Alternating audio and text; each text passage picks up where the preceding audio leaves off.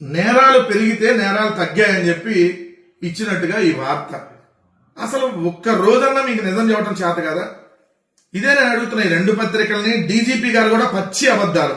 ఇక్కడ చూడండి, రాష్ట్ర వార్షిక నేర గణాంక నివేదిక 2025 విడుదల చేసిన డీజీపీ హరీష్ కుమార్ గుప్తా. ఈయన డీజీపీగా ఉన్నాడని చాలా మందికి తెలియదు.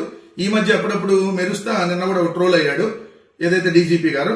సో నేరాలు తగ్గాయి, శిక్షలు పెరిగాయంట అని రాసి వాళ్ళే దొరికిపోయారు అక్కడ. చూడండి ఒకసారి చూస్తే దీంట్లో హత్యాయత్నాలు 2024 సంవత్సరంలో 1403 జరిగితే 2025లో 1566 జరిగినాయి, అంటే 11.6%.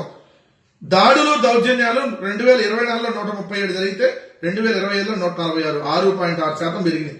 ఆర్థిక నేరాలు 7667 నుంచి 8034 పెరిగినాయి, 4.7%. పగటిపూట చోరీలు 1.5% పెరిగినాయి, 824 నుంచి 836. భారీగా ఆర్థిక నేరాలు పెరిగినాయి. లక్షల్లో భక్తులు వస్తే భద్రత కల్పించడం కష్టం అని చెప్పి సాక్షాత్తు డీజీపీ గారు చెబుతున్నారు. అయ్యా గంజా ఎందుకు పెరిగింది డీజీపీ గారు అని అంటే మా దగ్గర వెహికల్స్ లేవు. అయ్యా కల్తీ మద్యం ఏదైతే ఏర్లై పారుతుంది అంటే మా దగ్గర వెహికల్స్ లేవు. అయ్యా ఏంటి అత్యాచారాలు జరుగుతున్నాయి, రోజుకొక అత్యాచారం అంటే మా దగ్గర వెహికల్స్ లేవు. ఏమయ్యా హత్యలు జరుగుతున్నాయి అంటే మా దగ్గర వెహికల్స్ లేవు. ఏమయ్యా తొక్కిసలాట్లు జరుగుతున్నాయి దాన్ని నియంత్రించారంటే మేము నియంత్రించే మా దగ్గర వెహికల్స్ లేవు. ఇదే కదా డీజీపీ గారు నుంచి వచ్చేటటువంటి సమాధానం. ఏమయ్యా హత్యాయత్నాలు ఎందుకు పెరిగినాయి 11.6% అంటే మా దగ్గర వెహికల్స్ లేవండి. ఏం దాడులు దౌర్జన్యాలు ఎందుకు పెరిగినాయి 6.6%? డీజీపీ గారు మా దగ్గర వెహికల్స్ లేవు. ఆర్థిక నేరాలు ఎందుకు పెరిగినాయి మా దగ్గర వెహికల్స్ లేవు. పగటిపూట చోరీలు ఎందుకు పెరిగినాయి మా దగ్గర వెహికల్స్ లేవు. ఏమయ్యా ఏదో వాళ్ళు పొట్టేల్ని బలిస్తే దానికే రోడ్ల మీద మీరు తీసుకెళ్లి నడిపించుకొని తీసుకెళ్తారా అంటే మా దగ్గర వెహికల్స్ లేవు అని అడ్డంగా దొరికిపోయారు కదా. అయ్యా మిస్టర్ డీజీపీ గారు 2029కి వచ్చేటప్పటికన్నా వెహికల్స్ రెడీ చేసి పెట్టండి. ఇప్పుడు మీ దగ్గర వెహికల్స్ లేవు కదా.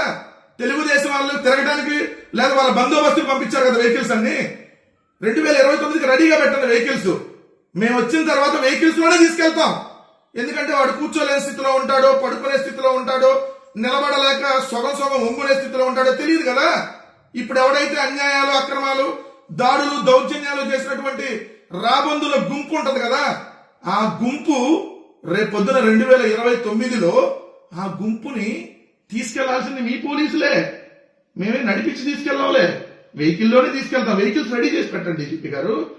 మళ్ళీ వాళ్ళు కూర్చోలేని స్థితిలో, నిలబడలేని స్థితిలో, ఒంటి మీద బట్టలు ఉంటాయో లేదో తెలియదు కదా, తెలియని స్థితిలో ఉంటారు కదా. మరి వాళ్ళందరినీ తీసుకెళ్లాలంటే మరి వెహికల్స్ కావాలి కదా.